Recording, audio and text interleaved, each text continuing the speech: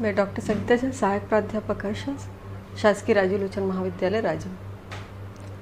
आज हम जिस टॉपिक पर बात करेंगे वो एमए चतुर्थ सेम के एक पेपर है जिसका नाम है कि economics of development and planning. इसके 4th यूनिट का एक टॉपिक है असंतुलित विकास। तो असंतुलित विकास के बारे में हम इसके पूर्व देख चुके हैं लेक्चर में, तो असंतुलित विकास क्या है करके।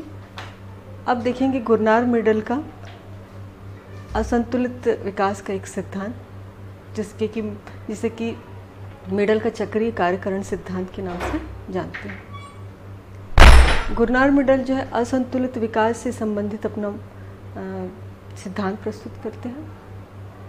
उनके अनुसार कि अल्प विकसित देश के पिछड़ेपन का क्या कारण है, उन कारणों की उन्होंने व्याख्या की है।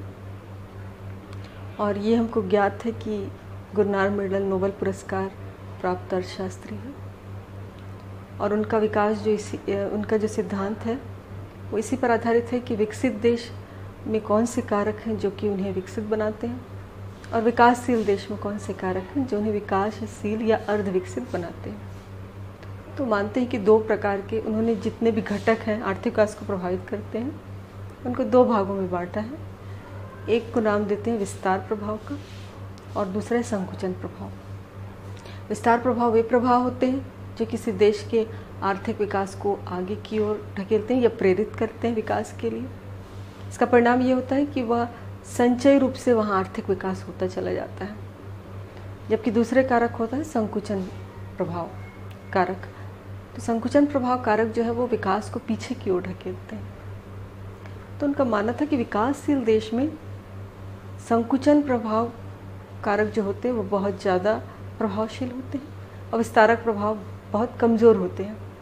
इसी कारण विकास अर्धविकसित देशों में पिछड़ापन या विकास का स्तर बहुत ही न्यून होता है और विकसित देशों की बात करें तो वहाँ विस्तारक प्रभाव बहुत ज़्यादा प्रबल होता है संकुचन प्रभाव की अपेक्षा। इसलिए वहाँ विकास जो है वो तीव्र गति से होता है। तो उन्होंने अपनी व्याख्या में दो प्रकार का क्षेत्र लिया, एक प्रादेशिक और एक अंतर्राष्ट्रीय। प्रादेशिक में हम जानते हैं कि देश के अंदर भी ऐसे दो प्रकार के क्षेत्र हम बांट सकते हैं, जो कुछ विकसित होते हैं जिन्हें विकास के द्वीप भी कहा जाता है और कुछ ऐसे जो अति पिछड़े होते हैं। तो उन्होंने भी इस कारण ढूंढने का प्रयास किया है कि क्यों कोई क्षेत्र जो है काफ़ी पिछड़ा हुआ होता है और वहाँ संचयी रूप से पिछड़ापन जो है वो गहराता जाता है, और विकसित क्षेत्र क्यों संचयी रूप से विकसित होता जाता है। हर स्तर पर उसका विकास जो है वो पुराने स्तर से बढ़ा हुआ रहता है। तो देश के अंदर कौन कौन से कारक हैं देखेंगे, और जब अंतर्राष्ट्रीय स्तर पर तुलना करेंगे तो दो देशों की करेंगे, जो विकसित देश हैं और जो विकासशील देश हैं या अर्धविकसित देश हैं। इन दोनों में पिछड़ापन या असमानता या विषमता इतनी क्यों है। तो अब देखते हैं हम मेडल का मॉडल या मेडल का सिद्धांत ये क्या है। ये तो जब हम आंसर लिखेंगे तो जब यदि बड़े क्वेश्चन आते हैं तो हमें बताना है कि जो मेडल का मॉडल, पहले उनका परिचय देंगे कि नोबेल पुरस्कार उन्होंने प्राप्त किया है और किस क्षेत्र में उनका योगदान है। ये बताते हुए आगे हम बढ़ेंगे कि किन किन मुख्य बातों पर उनका सिद्धांत आधारित है। वे मुख्य बातें या मुख्य अवधारणाओं को समझ लेने पर इनका सिद्धांत बड़ा ही आसान हो जाता है। फिर देखेंगे हम कि उनका सिद्धांत क्या है और किन तत्वों पर या किन कारकों पर आधारित है। उन्होंने कुछ उदाहरण या एग्जाम्पल्स भी दिए हैं, उन पर भी हम ध्यान देंगे। इसके बाद उन्होंने उन कारकों का, उन संकुचन प्रभाव का और विस्तार प्रभाव का विस्तार से उन्होंने व्याख्या की है, उसको बताएंगे। फिर दो देशों के बीच और विकसित और विकासशील देशों के बीच और एक क्षेत्र में पिछड़े और विकसित क्षेत्र के बीच कौन कौन से कारक कार्यरत रहते हैं। इसके बाद हम आएंगे कि कौन कौन सी कमियां या सीमाएं हैं इस सिद्धांत की। उसके बाद लास्ट में हम देखेंगे कि इस चैप्टर से कौन कौन से क्वेश्चन हमें एग्ज़ाम में पूछे जा सकते हैं। मुख्यतः ऑब्जेक्टिव क्वेश्चन देखेंगे, क्योंकि ऑब्जेक्टिव क्वेश्चन अधिकतर विद्यार्थी गलत कर देते हैं। विद्यार्थी जो है वो इतने बारीकी से किसी चैप्टर को पढ़ते नहीं। यदि बारीकी से अध्ययन करेंगे तो यकीन मानिए कि आप जितने भी ऑब्जेक्टिव टाइप पाएंगे उनको आसानी से हल कर पाएंगे। तो आप ध्यान से इस लेक्चर को सुनिए और नोट्स को देखिए। मैं उन बातों पर भी गौर करवाऊंगी आपको जहाँ पर ऑब्जेक्टिव क्वेश्चन निकल सकते हैं। पर ये जो है वो लेक्चर के आखिरी में देखेंगे। तो आइए देखते हैं कि मेडल का चक्रीय कार्यकरण सिद्धांत क्या है। मेडल का चक्रीय कार्यकरण सिद्धांत। तो नोबेल पुरस्कार विजेता थे गुरनार मेडल। उनकी पुस्तक थी economic theory and under developed regions. उन्होंने इसमें अपना सिद्धांत जो है वो दिया।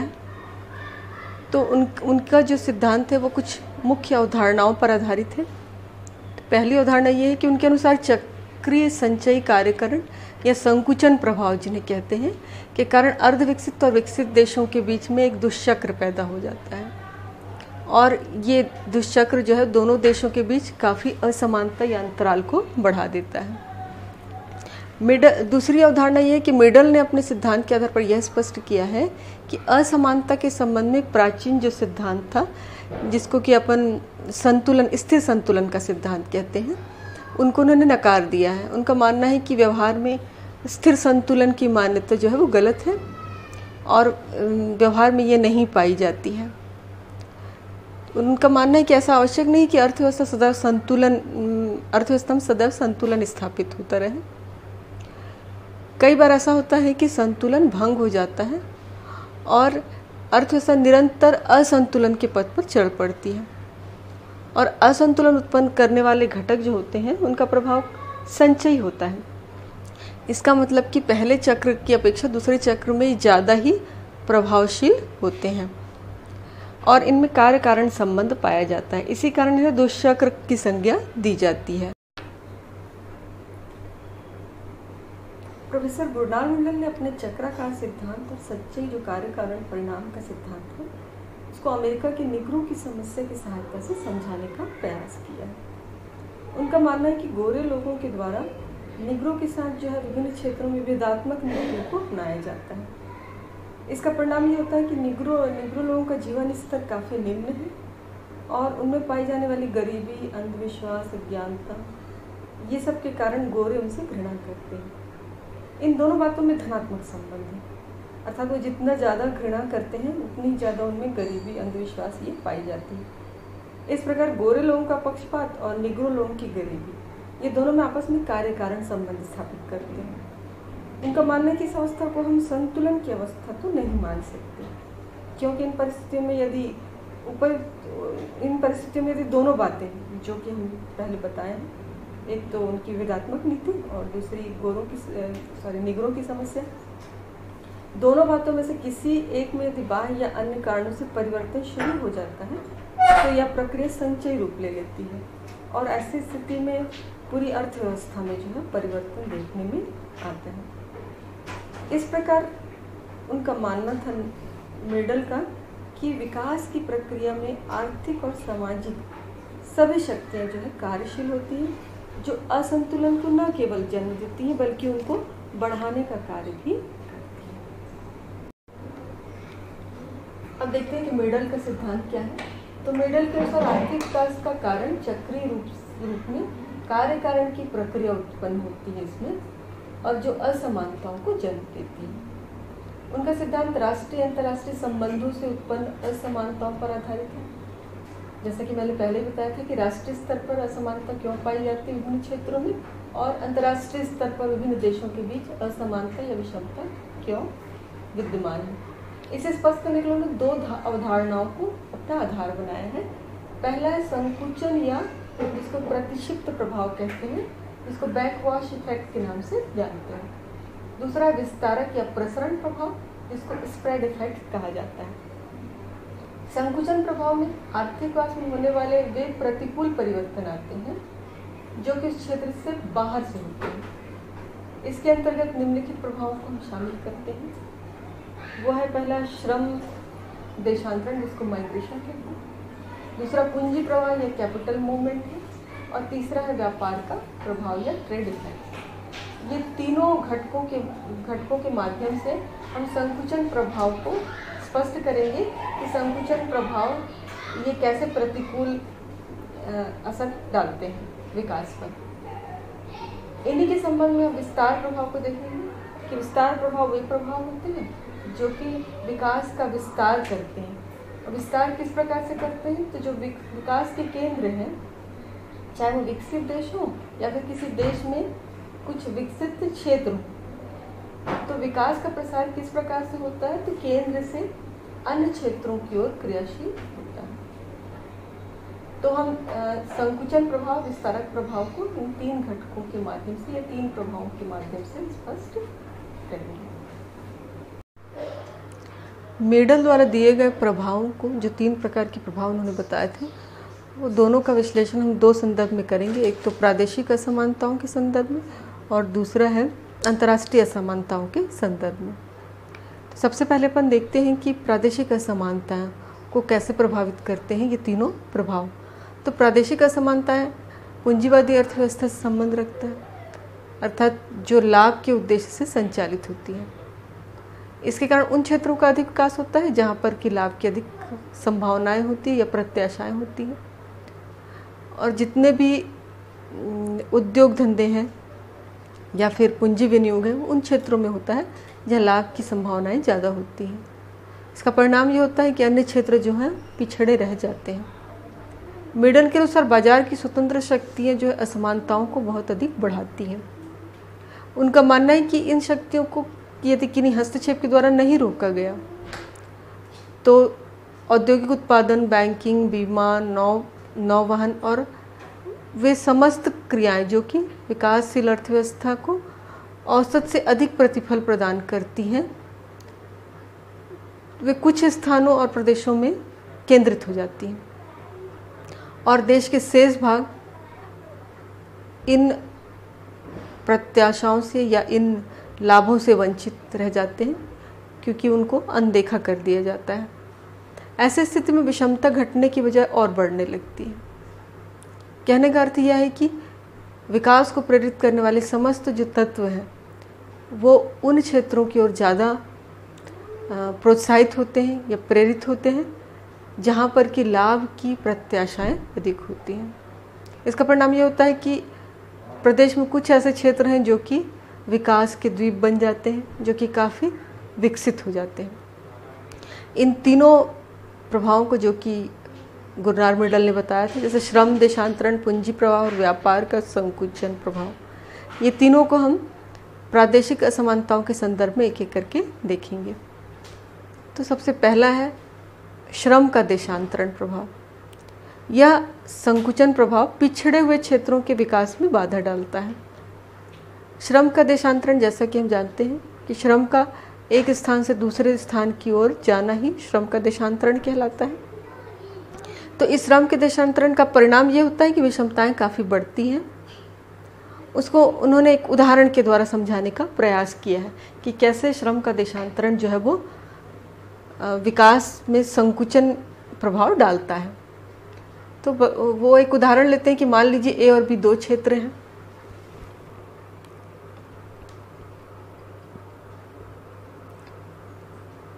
ए और बी दो क्षेत्र हैं जो विकास की दृष्टि से समान स्तर पर है। श्रम, दूसरा उन्होंने एक मान्यता मान ली थी कि श्रम, पूंजी तथा उत्पादन के अन्य साधनों का आवागमन दोनों देशों में स्वतंत्र होता है। तीसरी मान्यता यह है कि व्यापार पर कोई नियंत्रण नहीं है दोनों क्षेत्रों में और एक जैसी मुद्रा प्रणाली प्रचलित है या एक जैसी मुद्रा प्रचलित है।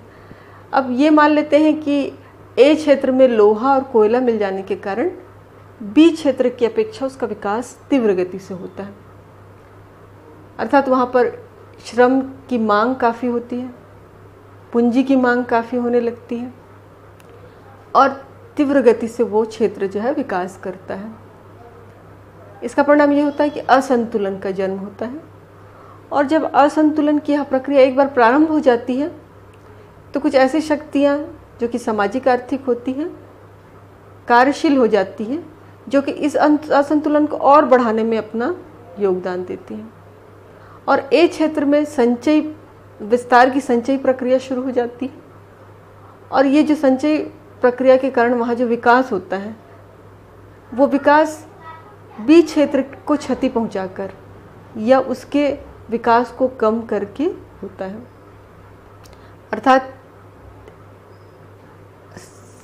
विकसित क्षेत्र का विकास जो है वो बी क्षेत्र के विकास की तुलना में कहीं अधिक हो जाता है, और बी क्षेत्र के पिछड़ेपन का कारण ए क्षेत्र का तीव्र गति से विकास होना ही है। मिडल का मानना है कि यहाँ जैसा कि उन्होंने माना था कि स्थैतिक संतुलन का अर्थ होता है कि मांग पूर्ति की शक्तियाँ ऐसे कार्यशील होती हैं कि अर्थव्यवस्था संतुलन में आ जाती है। तो उनका मानना है कि जो ये स्थैतिक संतुलन की मान्यता है उसके विपरीत मांग और पूर्ति की ऐसी शक्तियाँ कार्यशील होती हैं जो अर्थव्यवस्था को संतुलन की बजाय उससे दूर हटाती चली जाती हैं। दूसरा जो संकुचन प्रभाव है वो पूंजी प्रवाह है। जो प्रदेश विकसित हो जाते हैं उनमें बढ़ी हुई मांग से विनियोग और पुनर्विनियोग की प्रेरणा उत्पन्न होती है उस क्षेत्र में, और इससे क्या होता है कि पूंजी की मांग उस क्षेत्र में काफ़ी बढ़ जाती है। ऐसी स्थिति में मांग और आय दोनों क्षेत्र में काफ़ी बढ़ती है, क्योंकि रोजगार की संभावना बढ़ गई है और वस्तुओं की मांग भी काफ़ी होती है। आय के कारण ही मांग होती है। बढ़ी हुई आय जो है मांग का सृजन करती है, और मांग और आय दोनों बढ़ने का क्रम यह लगातार चलता रहता है। दूसरी ओर पिछड़े क्षेत्र की बात करें तो पूंजी विनियोग बहुत कम होने लगता है, पूंजी की मांग भी कम होती है क्योंकि वहाँ प्रेरणा ही नहीं है विनियोग के लिए। फलतः पिछड़े क्षेत्र और ज़्यादा पिछड़े रह जाते हैं। फिर तीसरा है व्यापार प्रभाव। व्यापार भी पिछड़े हुए क्षेत्रों की तुलना में विकसित क्षेत्रों में अधिक लाभ पहुंचाता है। पिछड़ा क्षेत्र केवल पिछड़ा कृषि का क्षेत्र रह जाता है, अर्थात वहाँ की जो अर्थव्यवस्था है वो कृषि पर ही आधारित हो जाती है। कृषि भी ऐसी जो पिछड़ी हुई है, जबकि विकसित क्षेत्र जो है पूंजी, उद्योग और सेवा तीनों क्षेत्रों का तेजी से विकास इन क्षेत्रों में होता है।